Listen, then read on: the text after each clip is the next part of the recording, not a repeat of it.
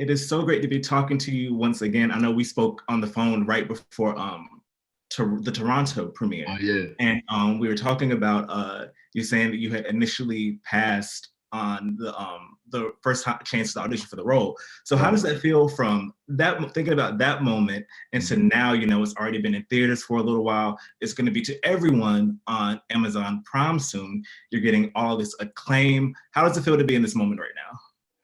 Well, it feels like I'm glad I didn't pass the second time.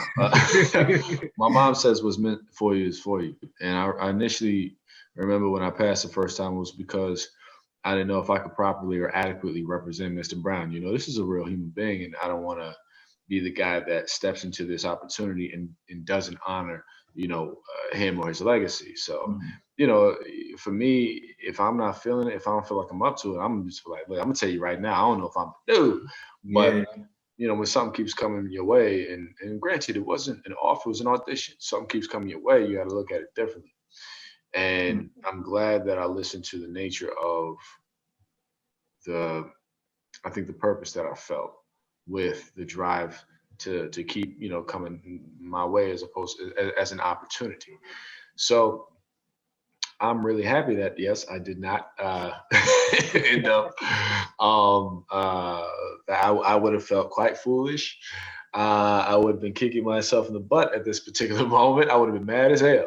But I'm really happy that things happened the way they did. It also allows me to see clarity and the vision of sometimes things written for you that you can't really understand at the moment. But just walk in faith and everything will be all right. Yeah, and plus those same things always work out at the end. So it's just like it is all going to be as it's supposed to be written.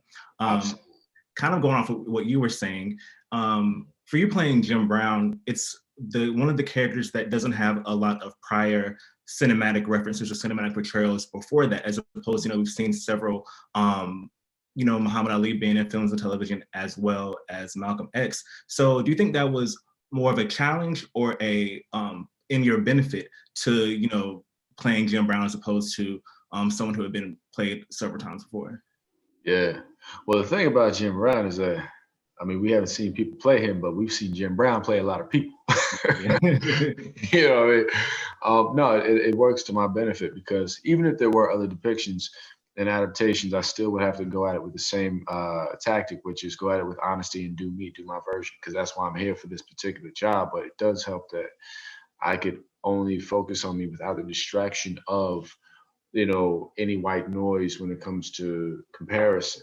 I do run the risk of, like with any particular performance, you run the risk of people just eating up your performance and scrutinizing that. But we're artists, we don't run from the challenge. That's what we do it for. We run into it. So I was happy that I was able to just paint this picture with full freedom of thought when it came to how I saw him, and without any prior ideas of what he could look like. And congrats on this film about to, be in everyone's home. So thank you so much. Thank you. Thank you, brother. Thank you.